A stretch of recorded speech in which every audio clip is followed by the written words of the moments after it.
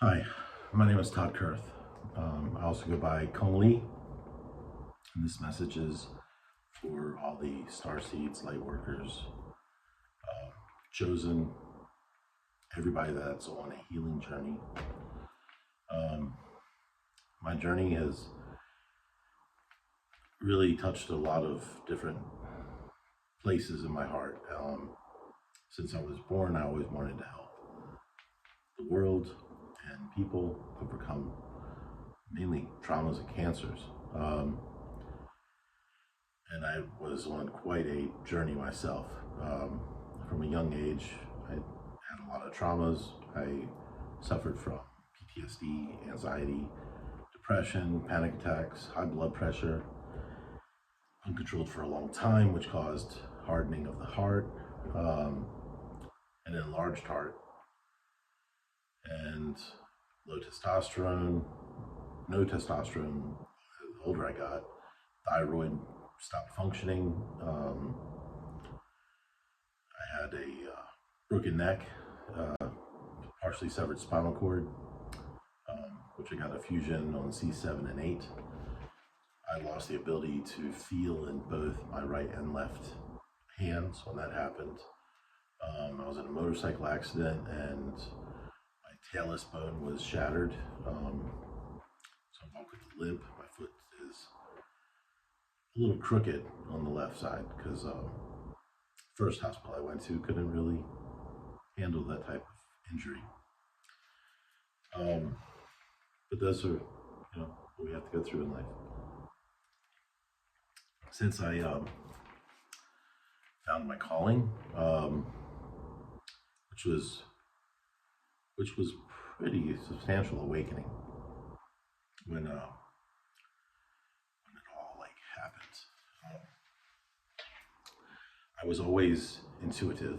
I am a Pisces, just like the rest of you Pisces. We have higher intuition. My natal chart says I'm a 6 feminine masculine, which is, for those of you that don't know, that's you're more ethereal than you are grounded to the earth. And that's from birth and the alignment of the planets. But also my aura matches up to my natal chart, which helped me a lot at being able to figure out what areas I needed to do more work in. Which on my healing journey, I was able to overcome every single medical affliction that I've had, which I find it beautiful. I did a healing modality and I learned how to gather energy out of plants, and I healed my cervical spinal cord, which is medically impossible, but I did it. I have feeling in both arms now. My thyroid's functioning 100%, which I'll go into how I did that. That was mainly, that didn't happen until after I entered Dharma, which is 2 years ago. And I asked the angels to help fix that for me, because they're there to work with us. And my thyroid's functioning, which I find it amazing. And here I'll play the video, not the video, the recording. This is my doctor. Hey Todd, it's Liz, Dr. Patel's nurse. Just want to let you know your thyroid test came back normal. That's the third normal test with no medicine, no synthroid whatsoever. Which I love listening to that because we can overcome so much in our lives. Just with faith and the belief and knowing. My spine, I healed that when I went to Jim Bodie Meditation Center in Queens, New York, Flushing, Queens. They have locations all over the country.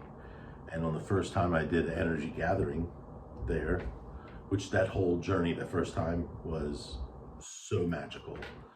I'll go into that right now. I was in Queens to go there, and I was staying with a friend, and I was walking to the meditation center. I was hungry. It was around 11:30, and I decided to possibly go to my favorite Taipei restaurant or the meditation place. And I heard, not my conscious, it's definitely not my ego either, but it was my higher self say, don't go to Taipei 101, go to the Bodhi meditation first. And I was like, but I'm hungry. I was like, okay. So I went there first. I checked in. They said there was one English Mandarin class, which I thought was lucky, because that day there was no other classes. Went to the English, checked in, went to the English class. They said before it starts, they were just finishing up lunch. I could go have lunch upstairs, which was free, which was amazing. It was a vegan lunch. And so I ate for free and had a great lunch with the instructor and other people in the class. Attended the class. About an hour into gathering energy together as we walk around a circle, I started to focus on my hands and my neck. And my hands got really hot, which startled me, because I could not feel my hands at all, period, before. Since my neck was broken, I could put it on a stove and I wouldn't know anything was burning until I'd smell, the skin. So that's how bad it was. My nerve conduction studies was basically a 7 and a 14 out of 100 if you had a functioning nervous system on your arms. So my hands got really hot. I focused the energy on my neck. And ever since that first class, I was able to gather energy out of plants and heal. The only thing I can't do is remove anything that's installed. I have carbon fiber and titanium. I got surgical screws in my ankle. And the same thing with the divine. Whatever you ask the divine to do, they can't replace anything that's been removed. It's one of the rules. But after I left the class, I was walking out into Northern Boulevard and Maine. I saw a lady in the middle of the road, laying on the ground. And people just walking around, which I thought was absolutely insane. Went over to her. She had a pulled muscle on her leg. She couldn't walk. I picked her up and I carried her to the curb, and sat her down. I was thinking, hindsight, I probably should have used any extra energy that I had to heal her muscle, but I was still blown away by nobody helping her out of the street. I mean, she was literally in the middle of the street on the crosswalk, but the light would change eventually. But hindsight's always 20/20. That was my first time that I learned that I had the ability to gather energy out of plants, and I could do pretty much any other energy source.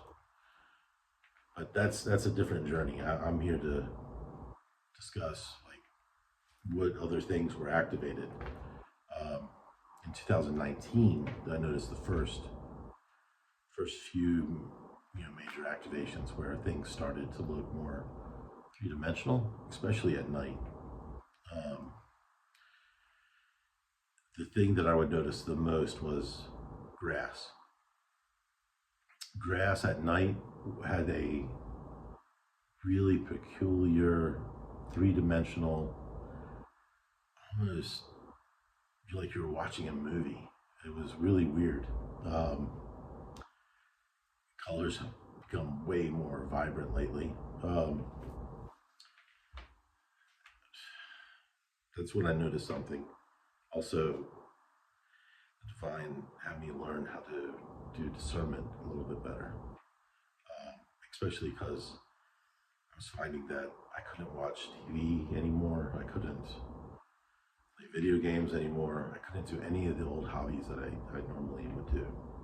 Everything kind of changed. It was a very interesting time. Later on, they healed my eyesight. I used to wear glasses. Now I don't wear any glasses. My eyes changed blue about 3 years ago, which I thought that was a little bonus because I really thought it was pretty blue eyes. My age started to go backwards, or at least, I mean, health-wise, it's been astounding. Like I've been getting my years back because I accepted the journey that I'm on. And it's been beautiful. Just meeting so many wonderful people on my travels. I love traveling around and having just random strangers come up to me and tell me their life story. It's very interesting. It was a little odd at first to get used to, but you know, you just end up getting so happy to be there to share their cheerful and happy moments with them, or give them advice, because I never knew I loved channeling so much until it first started happening, because it actually feels really good. My crown chakra would vibrate and it would just start going down to my ears, and I would usually forget what I was saying because it's what the person that I'm talking to, that's what they need more than anything. But I would try to remember. That was always interesting how that came about. The out-of-body experiences, the astro traveling. When that started, I wish there was a manual for that, because when you travel outside, across different times, places, it's a little startling at first. I didn't know that you were supposed to look in mirrors and write down like the time, date, your name, location, to cross-reference when you get back to your regular body.